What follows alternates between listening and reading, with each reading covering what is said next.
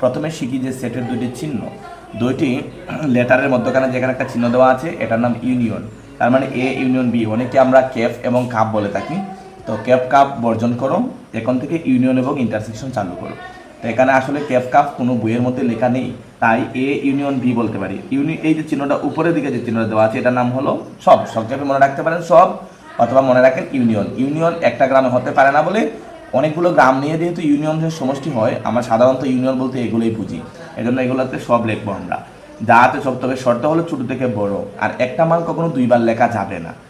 বলছি কি আমি ইউনিয়ন বি মানে আমরা সব লিখবো, এ এবং বি এর ভিতরে যা মান আছে সব লিখবো, এবং ছোট থেকে বড় আমরা সাজিয়ে লিখবো, তবে একটা মান কখনো দুইবার লিখতে পারবো না।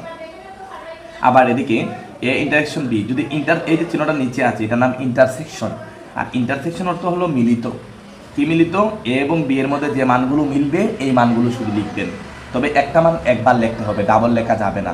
যদি দেখেন এ এবং বি এর মধ্যে কোনো মানই মিলে না, তখন আনসার হবে পাকা সেট। অবশ্যই খেয়াল রাখবেন। দেখেন ফর এক্সাম্পল 1 নাম্বার প্রশ্নের মধ্যে এর মান দেওয়া আছে, বির মান দেওয়া আছে, এ সমান এ বি সি, বি সমান দেওয়া আছে বি সি ডি। তবে সেটের অঙ্ক করার জন্য প্রথমে অবশ্যই সেকেন্ড বন্ধনী দেওয়ার কথা মনে রাখতে হবে, কারণ প্রথম বন্ধনী দ্বারা সেটের কোনো আনসার করা যাবে না।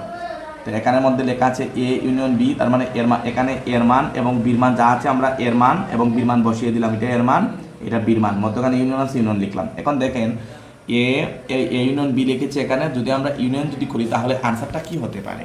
তাহলে আনসারটা হবে এখানে যা আছে সব লিখবো আমরা, যেমন এ বি সি এবং আছে ডি, তাহলে আমরা একত্রিত লিখি এ বি সি ডি। কেন?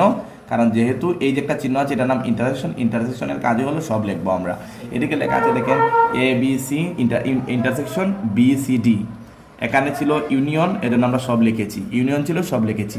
এখানে লেখা আছে ইন্টারসেকশন, আমরা এখানে যা আছে সব মিলিত আমরা করে লিখবো, মানে এ এবং বির মান মধ্যে যা যা দেওয়া আছে তা শুধু আমরা মিলিয়ে লিখবো। এ আছে এখানে এ মিলে না, এ লেখা যাবে না, বি আছে মিলছে, যদি উভয় দিকে বি মিলে যে কোনো মান যদি মিলে তখন এটা লিখবেন। তারপরে সি আমি এখানে লিখতে পারবো। তো আনসার এখানে পাইছি আমরা বিসি। এবার 2 থেকে আমরা এখন বোঝার চেষ্টা করব।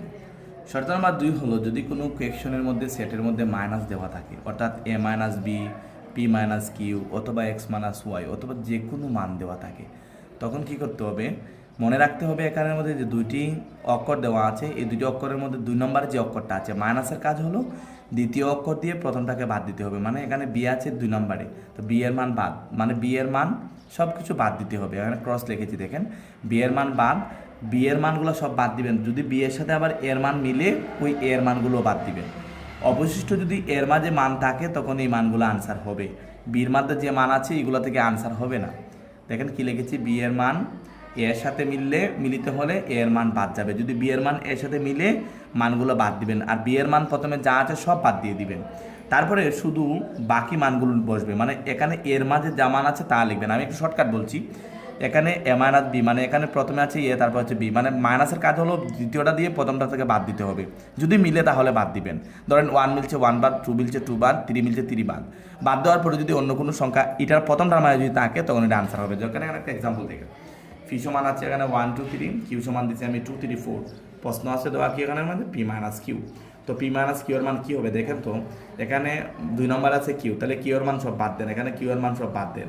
4 আছে 4, মানে এখানে 2 3 4 বাদ দেন, 2 আছে এখানে 2 আছে মিলছে বাদ, 3 আছে মিলছে বাদ, আর এখানে 4 আছে 4 এমনিতেই বাদ হবে, এটা সব বাদ দিতে হবে। এটা এখানে অবশিষ্ট কী থাকে? 1 থাকে, তাহলে আমরা এখানের মধ্যে শুধু 1 লিখবো আনসার।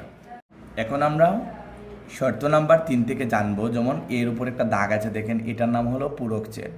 তো এ এর পূরক সেট, তো এই পূরক সেটের যে মানটা হলো সার্বিক সেট মাইনাস এ।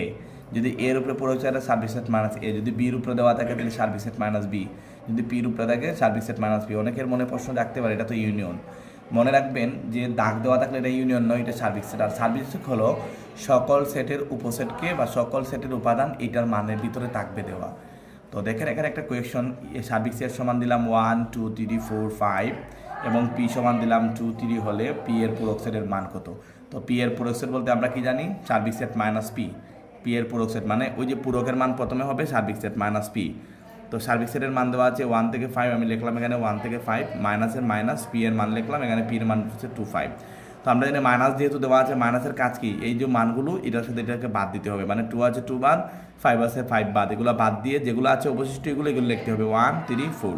134, তাহলে এটার আনসার 134।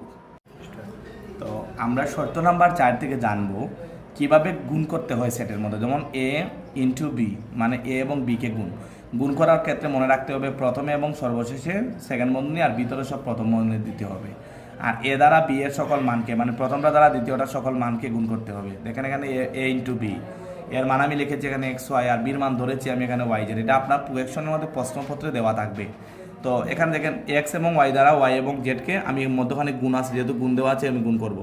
তো এক্স দ্বারা যদি আমরা ওয়াইকে গুণ করি কী হবে, এক্স ওয়াই। আবার যদি এক্স দ্বারা জেডকে গুণ করি এক্স জেড, মানে প্রথমটা দ্বারা এখানে যতটা মান আছে ততটাকে গুণ করতে হবে আলাদা আলাদা। যেমন এক্স ওয়াই এক্স জেড, এই যে এক্স ওয়াই এক্স জেড করলাম। তারপরে ওয়াই দ্বারা আবার গুণ করেন, ওয়াই দ্বারা যদি ওয়াইরে গুণ করেন মানে এটা দ্বারা এটারে, ওয়াই দ্বারা ওয়াইরে গুণ হলে ওয়াই ওয়াই, আর ওয়াই দ্বারা জেডে গুণ হলে ওয়াই জেড। মানে কীভাবে, এখানে দুটা মান আছে, প্রথমটা দ্বারা ওখানে দুটাকে মানে যতটা মান থাকবে এটাকে প্রথম গুণ করবেন। তারপরে এখানে যেটা আছে দেওয়া এটা দ্বারা আবার সবগুলো মানকে মানে গুণ করলে যেটা হবে সেটা অ্যান্সার। তবে খেয়াল রাখতে হবে গুণের ক্ষেত্রে প্রথম এবং সর্বশেষ সেকেন্ড বন্ধনী, আর ভিতরে সব প্রথম বন্ধনী, ভিতরে সবগুলো প্রথম বন্ধনী দিতে হবে। Thank you.